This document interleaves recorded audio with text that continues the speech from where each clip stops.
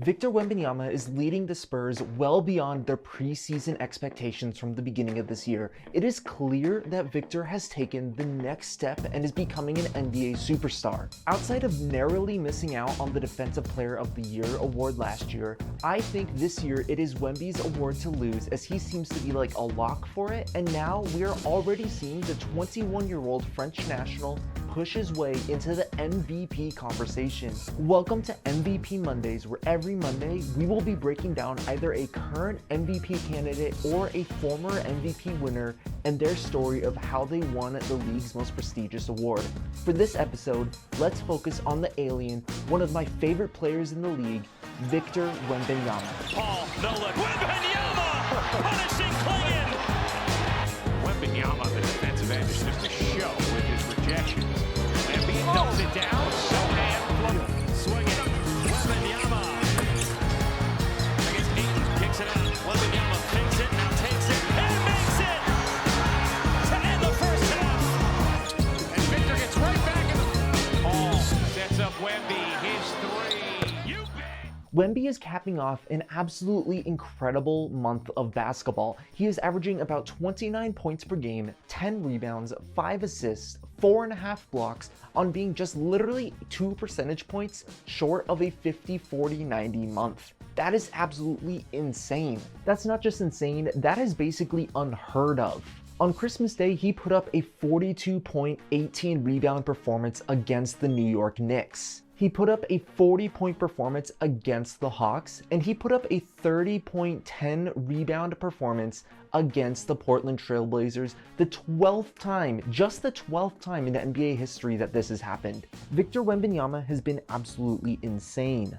Wembanyama, as we know, has a unique skill set that is basically unseen in the realms of NBA history. Defensively, he can cover basically the entire half court and is just one step away from being either at the paint or at the perimeter. On offense, the closest guy to compare him to is Kevin Durant, but those Kevin Durant comparisons always seem kind of far off until this year. This year was notable for Wemby as he saw a huge increase in his three-point volume by about 4 more attempts per game when compared to last year. At the beginning of the year, when his shot wasn't falling, this was cause of concern for many people as to if we're going to see a sophomore slump out of him. And it was kind of a slow start until he reached December, where, like I said, he was at a 50-40-90 split. And a lot of this is because he is shooting from outside the arc, and these aren't just simple pick and fades. These are off of the dribble, these are coming off of a screen, and some of these are from well beyond the arc. We're talking Damian Lillard, LeBron James, Steph Curry range. Defensively, he is on pace to be one of just 10 players in NBA history to average 4 blocks per game, and he is just one of 3 players to do that while qualifying for the 3-point leaderboard. The other 2 players to do it were Jaren Jackson Jr. and a rookie, Victor Wembanyama. Wemby's growth, in my opinion, has come from 2 things. First is his shooting abilities, and second is the mental aspect of the game that's growing, and I want to tap on that mental aspect first, because Wemby just looks different this year. His court awareness, his court presence, it's off. It's not what we saw in his rookie year, and that's because he has gotten smarter and he has developed, and he's basically developing every single game. It's not just reading and reacting to what the offense is doing or to what the defense is doing. It's anticipating it. It's beating his man to the spot. It's the fact that he's looking like a more refined player. And this can be seen through a few things, mostly in his passing and in his fouls. This year, he's playing more minutes, is averaging more blocks, is an even better defender, has made the Spurs a better defense when he's on the court, and he is doing that while committing less fouls. Committing only 2 fouls a game while playing 33 minutes per game as a big man is absolutely ridiculous in all sorts of good ways, because you rarely see a big man who is this elite on defense not get into foul trouble. For me, it's his extreme levels of patience on the defensive end when it comes to blocking shots and knowing where to be at the right time. The Spurs kind of have him playing an almost free safety-like position where he just sits there at the low block and is allowed to roam and do whatever he wants. You can't really take him out to the perimeter because he can be about 2 steps, Wemby-sized steps away on the perimeter and still contest a shot. He can basically have a foot in the paint and still affect a shot on the outside. He's amazing at rotating over and helping out the Spurs on defense or closing out to any guy who is left open on the perimeter. When Victor Wembanyama rotates over to you, you might as well just say goodnight on any potential shot opportunity and just kick it out, hoping someone else can make a bucket. And on offense, this mental awareness can be seen just as much. In his passing, he is averaging more assists on a lower usage rate without increasing his turnovers. And he does a great job when he's going to be going for some sort of floater or some sort of hook shot and then transitioning that into a pass. It's almost Nikola Jokic-esque, as there's not a lot of players that can do that incredibly well. He's not selfish by any means, and I don't really think I've seen him take a lot of bad shots. Not that you can take a bad shot if you're Victor Wembanyama. He does a great job in filling out the floor, running to the corner. He does great in coming off of screens and can basically be a threat anywhere on the court, except this is a threat that is literally impossible to contest. Let's talk about his shooting and the reason why he had a little bit of a slow start this year. This year, he's taken about 4 more three-pointers per game, while he is up to about 39% from 3. He is a 7'4" center, shooting 39% from 3 on almost 10 attempts per game.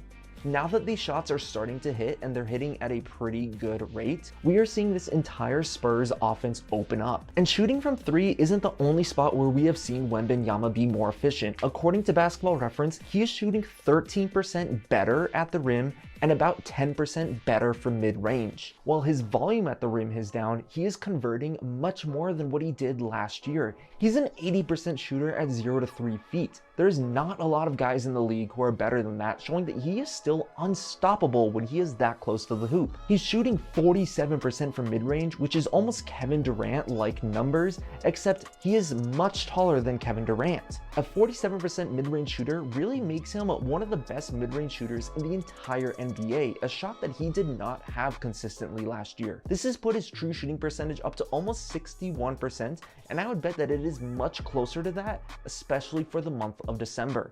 And I know there's been some criticism surrounding this to where people say that someone of his size should not be attempting these kind of shots, but I have to disagree with that. This is not Yao Ming. He is not Shaquille O'Neal, or he is not Hakeem Olajuwon. He is Victor Wembanyama. He breaks what we think is possible of the center position.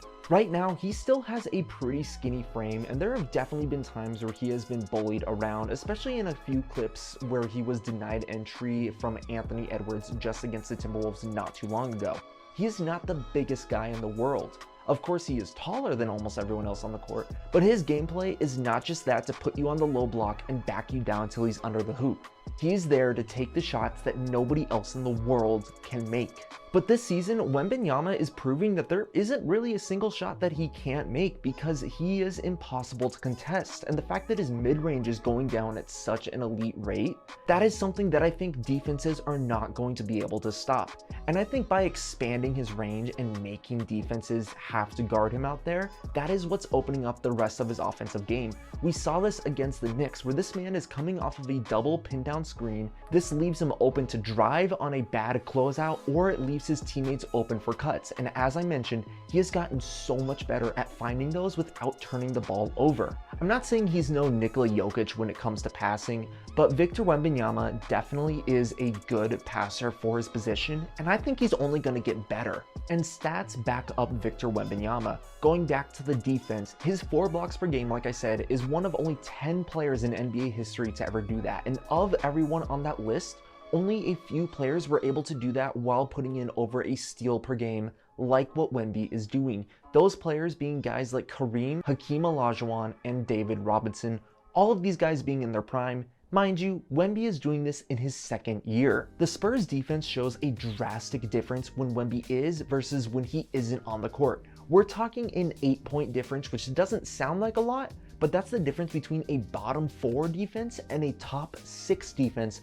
all with one player being on the court. Offensively, the Spurs have also made a massive jump this year, and I also think part of that has to do with the addition of Chris Paul. They've jumped from around the 26th best offense, or the 4th worst offense, to a middle-of-the-pack team sitting around 17. Chris Paul, while he hasn't turned back the clock, he has certainly slowed down the aging process, and based off of his PER and his win shares, is actually doing much better this year compared to Golden State. And when you look at the rest of the Spurs roster, I think a lot of these guys are having pretty solid years. Guys like Devin Vassell, Keldon Johnson, Jeremy Sohan, Stephon Castle, Harrison Barnes. Like, these are some pretty solid role players and some pretty solid young guys who I think can either grow along with Wemby and just play well with him. And I don't think there's any surprise that when I say this, but Victor Wembanyama has the 5th best on-off rating this year compared to everyone else in the league. The only players to be better than him is Chris Paul, who I don't think Paul is doing that all on his own,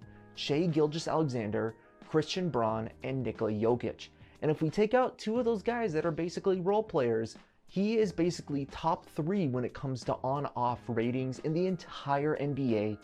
How many times do I have to say it's only his 2nd year and he is only 21 years old? You look at his other advanced stats, things like win shares, PER, box plus minus, value over replacement player, and basically all of these are pointing to Victor Wembanyama being a top 5 to top 10 player in the league. How many times in NBA history have we seen a player this young be a top 10 player? And that is exactly why I wanted to talk about him on the first ever MVP Monday. I don't think he is going to win the MVP award this year, as I don't think the Spurs are yet to make the playoffs, but Victor Wembanyama is showing that he is clearly ready to be the #1 player on a championship team. And I think the Spurs are going to be ready to compete a lot sooner than what people originally thought when they drafted him. Given how big his impact is on both the offense and defensive end, it wouldn't shock me to see Victor Wembanyama, if he stays healthy, end up in top 5 when it comes to MVP voting, regardless of where the Spurs finish. Because Shai Gilgeous-Alexander and Nikola Jokic are basically the only other players in the league who are successful in every single lineup combination, and they're the only guys whose teams are this reliant on them when it comes for success. Victor's shooting at his size makes him unique compared to everyone else in NBA history, because he is already breaking the mold of guys like Kevin Durant or Lauri Markkanen or even Kristaps Porzingis, the only guys you can compare to him. As a defender, he is already one of the best defensive prospects that we have ever seen, and he is probably going to be one of the youngest defensive players of the year that we have ever seen. Now you take a generational prospect on both offense and defense and you combine those into one player, and that is Victor Wembanyama. He hasn't just broken the NBA. This December, he has officially arrived, and I think this performance that he had on Christmas is going to go down as the performance that changed the trajectory of his career, because I think this is the performance that has unlocked Wembanyama. At 21 years old, he has shown to be one of the most impactful defenders that we have ever seen. At 21 years old, he is showing to be an elite shooter that can space out the floor, who can pass, and of course is elite next to the rim. At 21 years old, he has so far managed to stay healthy when other people at his size can't. In a time where we have seen prospect after prospect, high pick after high pick, the next LeBron, the next LeBron, the next LeBron, every single time that there was supposed to be a generational defining player, we have not seen them turn out. And for a brief second, it looked like Wembanyama was going to be one of those guys. But so far, this season has been anything but that. From all the talk there has been on Victor Wembanyama, he seems to be more than that, because he really is that generational prospect that is already in the MVP race. And it is an absolute shame that the NBA is not leveraging him even more as the face of the league. In not even 100 games, Victor Wembanyama has officially arrived, and I don't even think he's entered into his prime yet. Guys, this was the first ever MVP Monday. Stay tuned for next week, as we're gonna be talking about another MVP candidate, and I wanna hear from you guys. Who do you think is most in line to win the MVP? Who are some guys that are not getting talked about nearly as much as they should when it comes to the league's most prestigious award? But that is it for this one. If you liked the video, you know what to do, and I will catch you all later.